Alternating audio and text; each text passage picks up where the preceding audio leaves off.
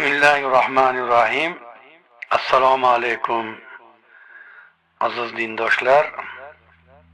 Har bir musulmon odam o'zini nafsini o'zi mushohada qilib, o'zini nafsini tafakkur bilan taftish qilib va aqlini nafsidan ustun qo'yadigan bo'lsa, ko'p yaxshiliklarga yetib boradi. Alloh o'z fazli bilan ato qilgan narsalarida birovlarga hasad qilmay, faqat oxirati uchun ishlaydiganlar insonlarning eng baxtlilaridir. Bunday kishilarning yaxshiliklaridan iborat o'z vazifalari, xayri ehsondan tarkib topgan ibratlari, intilgan maqsadlari bor va ular boshqalarga foydalari tegish uchungina harakat qiladilar. Ya'ni biror bir insonga foydam tegib qolsa, yaxshilik qilsam degan maqsadlari birinchi o'rinda turadi. Bordi-yu, foyda yetkazishga imkonlari bo'lmasa, ularga yomonlik qilishdan tiyiladilar. Azizlar, Qur'on tarjimoni ilm dengizi bo'lgan Ibn Abbos radhiyallohu anhu o'zlarini go'zal xulqlari, saxovatlari va shar'iy bilimlarini kengligi bilan Bani Umayya, Bani Marvon va boshqa toifalardan bo'lgan dushmanlarni do'stga aylantirganliklarini hamma yaxshi biladi. Kishilar u zotni radhiyallohu anhu ilm va tushunchalardan juda ham ko'p foyda olishdi.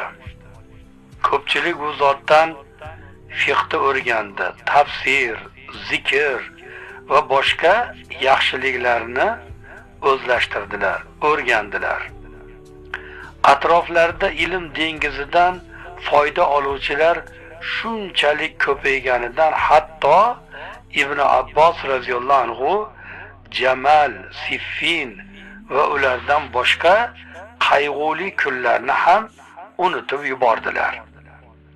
U zot radhiyallohu anhu buzuq ishlarni tuzatdilar, yirtiqlarni yamadilar, odamlarning ya'ni qalb yaralarini davoladilar. Natijada hamma u kishini e'zozlab hurmat qildi va u zot ummat dengiziga aylandilar. Endi ikkinchi bir holatni ko'raylik-da. Azizlar, inson nafratdan baland turish kerak. Kim nafratiga taslim bo'lsa, u inson nafsini gapiga kiradi. Hatto nafsini gapiga kirsa, olim bo'lsa ham uning ilmi nafs harakatidagi gunohlardan to'xtata olmaydi.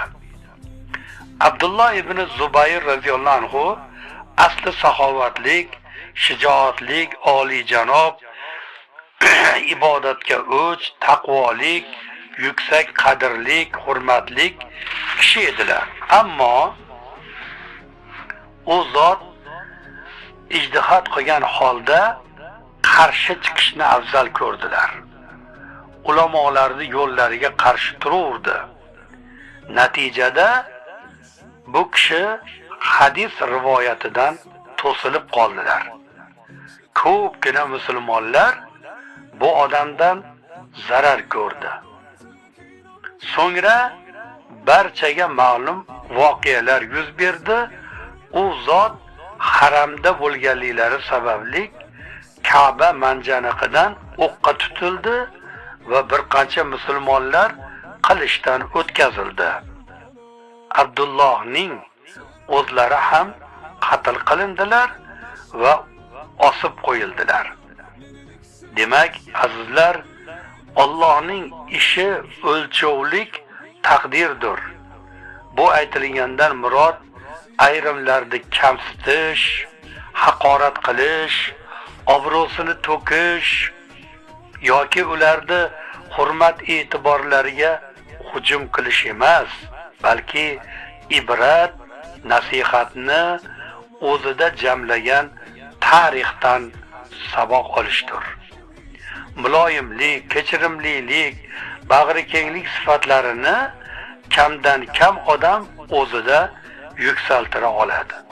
Chunki bu fazilatlar kishiga o'z nafsini bo'ysuntirish, izzat nafsini jilovlash, hissiyotlarini, qiziqishlarini aqlli ravishda boshqarish majburiyatini yuklaydi.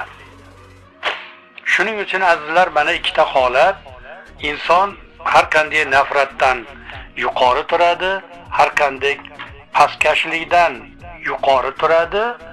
Mana shunday o'rinlarda mana shu ikkala zotning hayoti hammamizga ibrat bo'lishligi kerak.